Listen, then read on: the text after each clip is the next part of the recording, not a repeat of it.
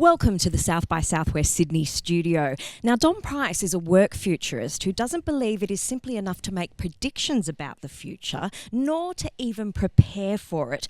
But luckily, he's prepared to chat with me on the couch today. Dom, welcome to South by Southwest Sydney. Thanks for having me. Looking forward to the conversation. Fantastic. Now, I have to ask, as someone who hasn't really heard the term a great deal, and I'm sure there are many of us out there that haven't, what is a futurist? We're friends, right? Yeah. Okay, in that case, I'll tell you the truth. Oh, good. So a work futurist is a completely made-up job.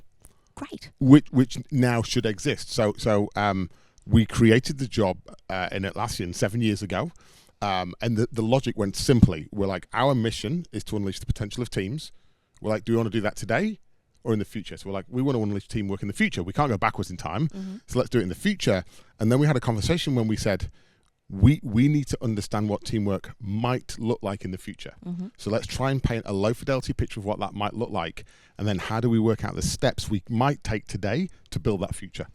So that's why it's not I'm not trying to predict what that future is. I'm just trying to paint a picture of what it might be and then trying to understand what action can we take today. So I think you could rephrase my title as a modern workist. Yeah. I actually care more about work today than I do about the future. I just like to project forward into the future and then come back to today. And does something like that require an organisation or a team of people to think outside the square? Is that something that is encouraged? Yeah. So if I think about the culture we have, we're naturally out of the box thinkers. In fact, I'd go as far to say as the majority of Atlassians don't even acknowledge there's a box there, which is a good thing. We're like, that's just a constraint. We don't like constraints. Like, what's the art of the possible?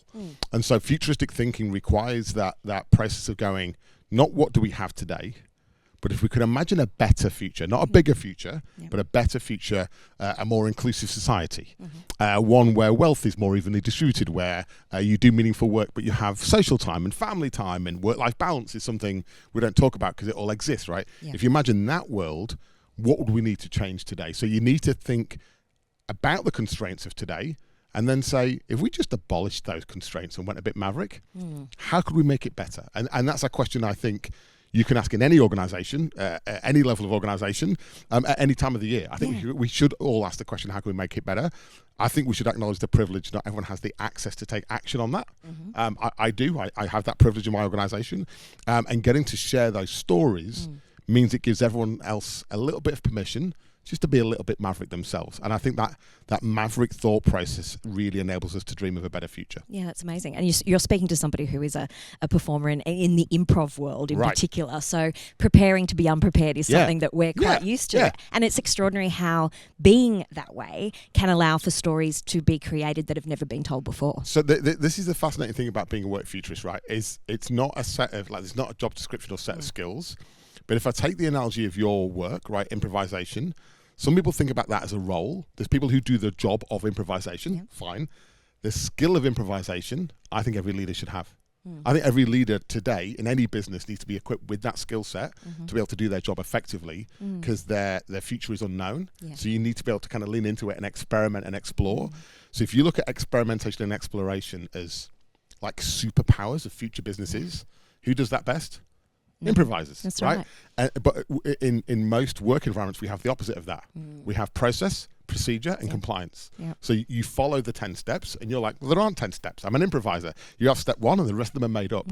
That skill set we need to bring into the workforce. Yeah, and there are many times where I've actually been into companies and huge organisations in order to teach them how to think outside the square. It's incredible. We'll pay a dividend to someone with that tacit skill set to try and bring it in.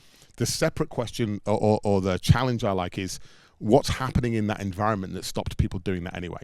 So I think we're all born with a state of play in us, and that state of play gets unlearned and untrained through our current academic system, which is a whole separate conversation. But if we all have that fire in our belly with the state of play, what in that environment stopped me being playful? And why was it I had to pay someone to come in to enable me to be playful? Therefore, how do I make sure that when I go and apply that in my workplace, I don't experience organ rejection? Because in that session, I felt great. And now I'm back at my desk. I'm not going to improvise. That's right. That's right. So much. See, I've got a lot in common with the futurist. Who knew? Future career for you. Future career for me. Don't predict the future. Now, you are also described as an in-house team doctor this is fun. at Atlassian. Now, what does that involve? My role split into three as a work futurist. A third of it internally focused at Atlassian. I've been there for 11 years. In that time, we've gone from around 600 people globally in our organisation to over 13,000.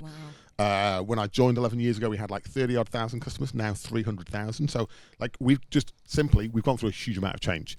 Part of my job is how do we reinvent how we work? So nothing to do with technology. How do we work in teams to carry on being effective? We got effective teams for free when we were small, right? You all sit around the same dinner table, the same coffee table, you chat, water cooler, all that jazz. You get bigger, more locations, more geographic spread. That gets harder. You've got to do that on purpose. You can't do it by accident. So I spend a third of my time doing that in Atlassian.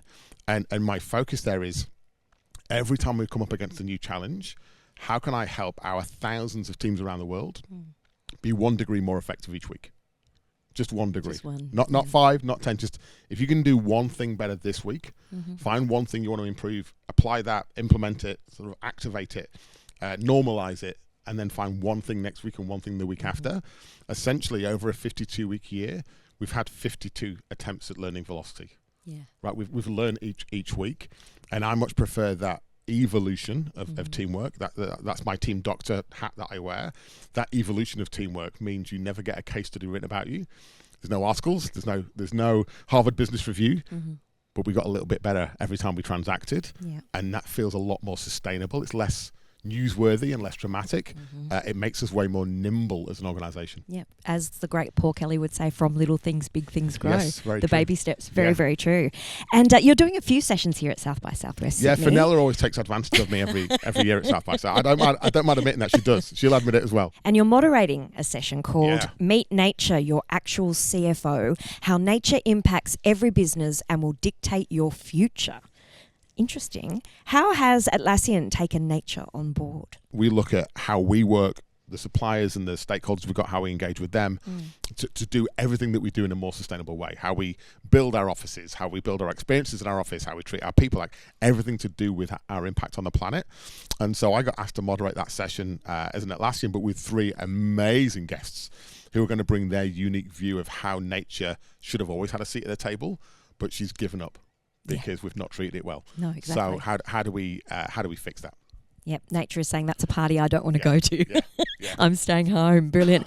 And you're also in a session called Parenting as a Founder, which is interesting because you and your wife are parents of 2-year-old twins. 2-year-old twin boys, And which would add, I'm sure, an extra level of difficulty to the equation. Yeah. So tell us your top tips for juggling a startup and real live tiny humans. I think the first one is don't juggle. I'm not a good juggler. I learnt that by trying to juggle too many things at the same time and being really quite mediocre at all of them.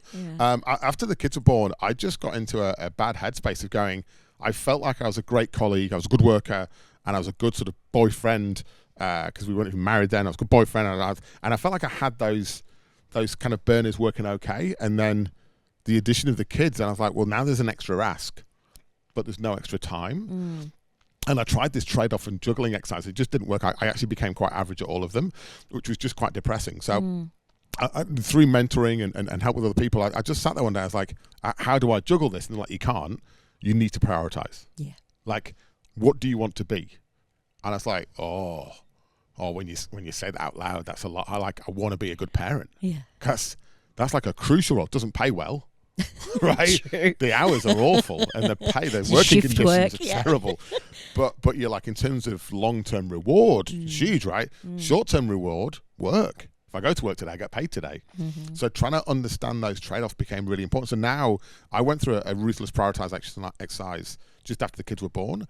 And I do it again regularly. Me and my wife got married earlier this year, and we did it together. Congratulations. Thank you. We did it together. We're like, what does happiness look like for us, and how do we balance that?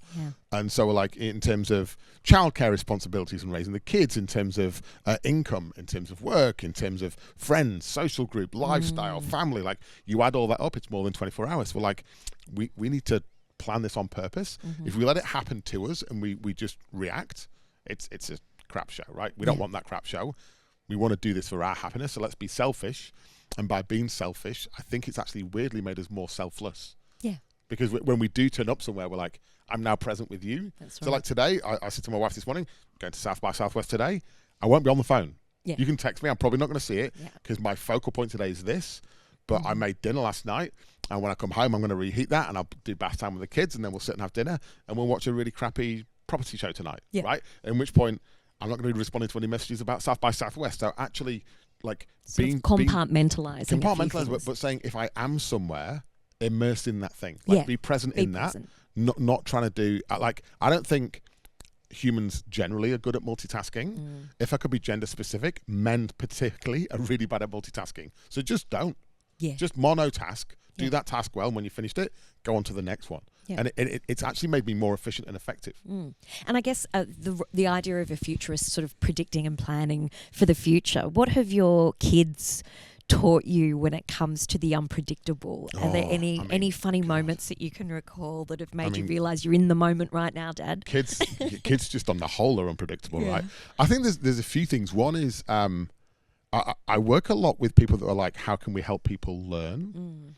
And I look at how kids learn, and I'm like, why aren't we just tapping into that? They're just sponges. The weird is that they're sponges for the good and the bad. So you see these things being projected back at you, and you're like, where did you learn that? And you're like, you learned that from me, and I'm to blame, right? So the sponge goes in both directions. You can't always control that. So I think the sponge, the playfulness is fascinating. The way that they don't see constraints. Yes. I think there's a lesson in there for all of us to go there. The more we put boundaries, frameworks, where more we think about boxes, right, the less creative we become. Whereas, like, I see my kids have got these wooden vacuums, and sometimes they use them as vacuums, but most of the time they're using them to hit each other, and they're attack vehicle. And one yesterday climbed on it and was riding it like some kind of weird space device, and you're like, the older we get and we lose that playfulness, I think we need to tap into that for creativity, for everything, for communications, a whole lot of stuff. So yeah, kids are a constant life lesson. And just as a bit of an aside, I did improv in schools for a long time, and it's really interesting to see the playfulness of the kids when they're in kindergarten, and then you see when they get to around about year 3, the pressure of a peer group starts to hit. And recourse. Like suddenly you're like, what are the consequences of this? That's right. My kids don't play with consequence at all. And that can be dangerous, right? Because they don't understand consequence. But when you see the playful side of it, you're like, so I've taken that. I run a lot of workshops. I ran one the other week, and I was thinking about the kids, and I'm like, how would they approach this? Because they don't understand constraints. So the ideas coming out of this workshop were like bang average. They were awful, to be honest. And so I stopped everyone. We had a tea break, and I was like, when you come back, I want you to come up with the idea that you think would get you fired, but I'm not going to fire any of you. Okay. Like go that far. Go like that push, far. And they write them all up, and everyone's like, wow. And they were like bold and brave and maverick and stupid. And I was like, cool, now let's just dial it back 1 degree. So you're not going to get fired, but let's just take the edges off. And as we took the edges off, we actually ended up with some really amazing ideas that if we'd started with today, we'd never have got to. Yeah. And I think that's the playfulness of kids coming to light. Absolutely. And how do you think that South by Southwest Sydney can change the trajectory of someone's career or business? I learned, I'm going to say later in life, I'm only 46, but let's pretend. I only recently realised how many biases I have in life. Okay. Right? And one of the big biases being confirmation bias. So let me give you an example of 2 scenarios. You've got generic conference A, and you've got conference B, which is South by Southwest, right? Generic conference A I go to and I nod a lot. It's the same people talking about the same things, and I've seen it all before. It's great for the ego, right? You leave your brain at the door, and all you get is confirmation that what you thought was true. Yeah. So I get in that Uber, and I'm like, God, I'm awesome, right? But I've learnt nothing, right? So I think as a society, we tend to go for option A because it's like, it's easy. You leave your brain at the door, you don't have to think. And then something like South by Southwest comes along, you're like, oh God, there's divergence. There's arts, and there's gaming, and there's science, and there's future and now, and climate and music and all this stuff. It's this cacophony. You're like, now I've got to curate my own schedule and agenda and go to different stuff. But the hardest part of my South by Southwest week is parking my ego at the door when I walk into any session and saying, just let this next hour be.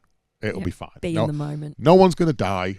But it's not. It's actually more than being the moment. It's take all your default thinking, all your biases, and literally leave them at the door. You can pick them up on the way out. They'll still be there. No one wants them from you. Like, there's no one queuing to steal them. Yeah.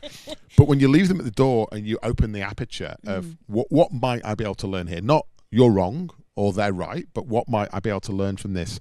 Not necessarily to apply it. Just let it float in. Just let it live rent free in your head for a bit. And then at the end of the week, I then pass it out.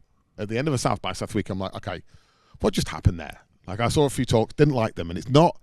Didn't like some of the wrong phrase. It's like they were jarring. They threw me. There was a new insight in there that I wasn't ready for. And you're like, well, let that discomfort sit with you for a bit, mate. It'll be good. Yeah. Right. So that's what you get with this cacophony, this cauldron of ideas and provocation in the South by Southwest week that you don't get elsewhere. And so I think this environment gives us the permission. But the real challenge is come next week when you're back in your default environment. What are you going to do? If all you do is go, I went to South by last week, it was awesome, and now I'm going to continue with the mediocrity that is my life, right? Then that was 1 week out of 52, That's but it was right. a bit of a waste, right? That's right. Versus going, you know what, here's 2-3 little tidbits that I got, and it's just redirected me. It's enabled me to course correct. And I think we're all looking for those insights, but it's not just getting the insight. It's the so what. What am I going to do differently come next week? And what role do you think South by Southwest then plays in shaping the future of futurists? I think in a few ways, actually. One, it gives us a voice and a vehicle. But the main thing for me for stuff like this is it gives me, like in 5 days, I'll get about 3 months worth of data points. Right. And so every now and then, like, you can't do this every week of the year because you'll be exhausted. Just to try and break myself. I did it last week as well. So I was in Barcelona last week for my company conference. We had 2,000 customers in a room for 3 days. And I got more data points and more feedback in those 3 days than probably in the previous 3 months. Right. So huge learning curve. Yeah. And then you get on the plane, you're like, oh, what was that? Like it's like when you have a slushy too quick and you get brain freeze, right? It's the same this week. I think there's just this intensity of ideas and provocation and challenge, which is what we all want. But you get to the end of the week exhausted because you acknowledge that day to day you don't have that. And I don't want it every day. Trust me, I'd be exhausted. But taking that privileged moment of going, how can I challenge myself? What conversations might I spark? Yeah. Right? I think so. I did the opening keynote last year, and I enjoyed the delivery. It's the first time I delivered that content, and I did enjoy it. Not in an egotistical way. I liked it.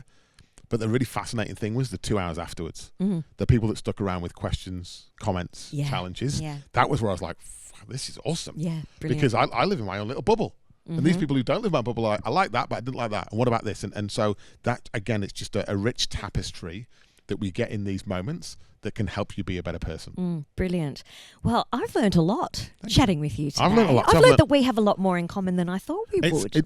Everyone does. When we open our eyes, we have way more in common than we have differences. Yeah, incredible. Well, thank you for showing me that. Don Price, thank you for joining us here in the studio at Thanks for South by having me. Southwest Sydney. Cheers.